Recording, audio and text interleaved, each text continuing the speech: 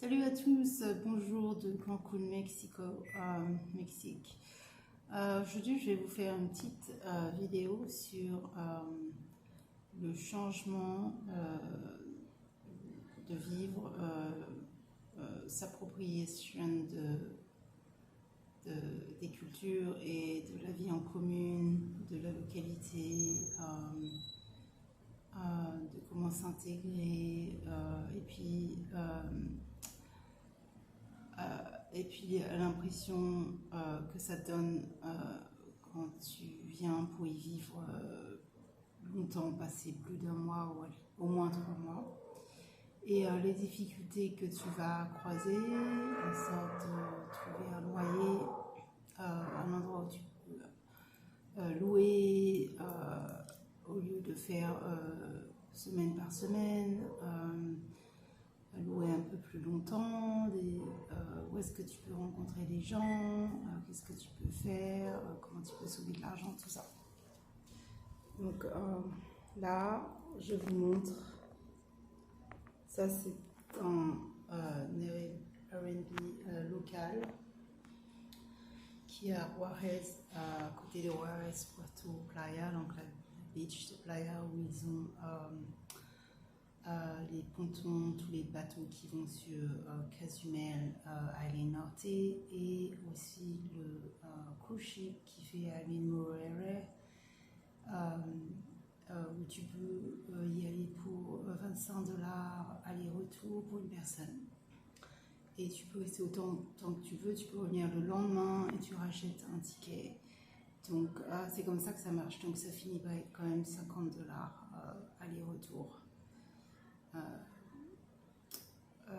Non, $50 c'est pour 2 personnes, donc $25 aller-retour pour une personne. Donc c'est pas un mauvais deal. Tu peux aussi prendre un petit bateau à moteur ou sans moteur, ou plus gros bateau pour $20 par personne, qui inclut un lunch, un déjeuner, et tu choisis ta destination. Mais il faut faire attention parce qu'ils vont essayer de... Normalement, c'est 4-5 heures par jour. Ils vont t'emmener sur une île, dans un parc, et puis après, tu choisis si tu veux faire sous-marine ou si tu veux aller visiter un autre endroit, tu vas payer plus. Donc tu choisis, tu as une option sur ces petits bateaux. Et donc si tu choisis une autre option, tu vas payer plus cher. Si tu commandes autre chose, tu risques de payer plus cher. Et puis leurs prix sont toujours les prix de départ. Donc s'ils te disent $20, tu risques de finir par payer 40 en fait à la fin de la journée. Donc ils sont beaucoup comme ça, comme dans les restaurants locaux, les vrais restaurants faits pour les touristes. Ils vont toujours te rajouter quelque chose dans l'addition sans te dire ce que c'est. J'ai vu ça pas mal dans les autres Américains ou Français qui allaient au Mexique et qui donnaient leurs impressions. Donc ça se passe comme ça. Le seul moyen normalement de payer le vrai prix, c'est soit de prendre une seule chose, donc tu sais exactement combien ça coûte, ou bien de manger que dans les restaurants de familles locales qui sont pas vraiment des restaurants, mais ce sont juste des petites tables à côté des gens qui en font des petites meals, ou dans les marchés, ou juste d'aller chercher tes préparés repas au Walmart ou dans les grands Socrellano, dans les grands magasins, ou simplement aller chercher ta nourriture, te payer cash sur des vendeurs de rue. Donc ça, par exemple, tu as une chambre, mais tu n'as pas d'air conditionné, tu n'as pas d'eau chaude, et tu es quand même à 7-8 km de Hotel Zone, là où tu as tous les grands hôtels, les bars, les clubs, tout ça, là où il y a là où les touristes vont vraiment. Et donc pour $20 aller-retour, tu peux prendre un taxi, ou ce qui est plus simple et plus rapide, ou tu peux prendre des navettes. Tu peux prendre une navette qui va te coûter $2 ou $3, et après il faut que tu en reprennes une autre. Mais ce que j'ai compris pour R1 et R2 qui se prennent en centre-ville, Tulum ou centre-ville, c'est que si tu prends du mauvais côté, non seulement tu dois repayer, mais c'est pas vraiment le problème, ça c'est $1 normalement, mais c'est que tu peux perdre plus de 40 minutes et tu te retrouves à l'opposé, donc après tu dois re-attendre.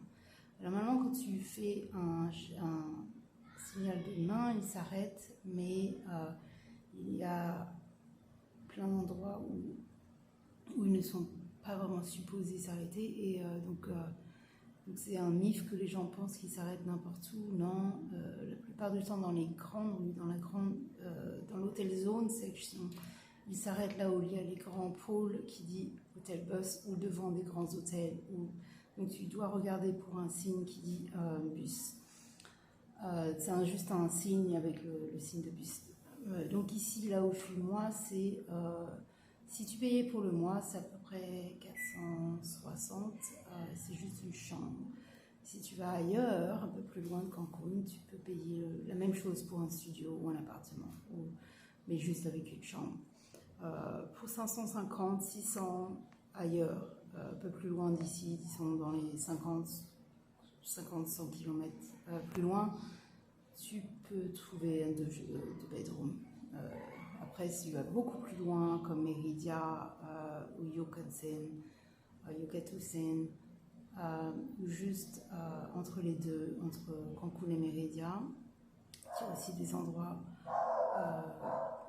mais beaucoup moins chers, mais tu risques d'être plus au centre et beaucoup plus loin de l'eau. Si tu te rapproches de la plage, ça va être un peu plus cher. Donc les minivans ici à Cancun, normalement ils sont blancs, ils ont tous un numéro, et si tu regardes, il y a aussi le nom de la ville où tu dois aller, où il va y avoir écrit Walmart, donc ça c'est plus facile, mais on va pas dire quel Walmart c'est, ça va être le Walmart le plus près. Donc c'est la façon la moins chère de te balader, c'est de monter dans le white van, et tu vas toujours faire une erreur au début et peut-être prendre le mauvais côté. Une fois que tu sais de quel côté c'est bon. Donc pour 80 centimes, tu peux y aller, après tu repayes 80 centimes. Donc ça sera quand même moins cher, mais il y a des taxis, si tu as du cash, il y a des taxis qui sont en fait moins chers que le Uber. Donc c'est difficile à croire parce qu'en Amérique ou en France, c'était habitué que les taxis sont toujours plus chers que les Uber, mais ici c'est le contraire, les taxis sont moins chers que les Uber. Donc si tu as du cash, si tu te perds, ou tu te retrouves plus loin, ou tu n'as pas envie d'attendre pour la navette ou pour le bus de Hotel Zone, tu peux payer un taxi pour te ramener au moins au centre-ville, si tu ne veux pas payer trop cher, après reprendre ta navette pour partir où tu es. Si tu es dans les alentours, comme nous, dans les 10-15 km de Hotel Zone. Cancun est assez grand, donc tu peux te retrouver partout. Donc si tu viens pour la première fois, essaye de te rapprocher de la plage le plus possible en payant le moins, parce que si tu vas directement sur Hotel Zone, tu ne vas pas trouver les prix que tu imagines que le Mexicain, tu ne vas jamais trouver un hôtel à moins de $100. $100, c'est le moins cher.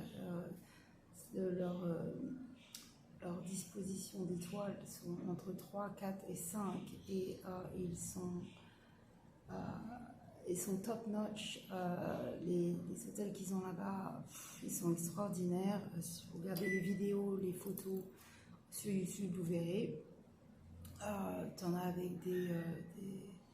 des attractions, des tubes dehors, plein de trucs à faire, plein de trucs inclus.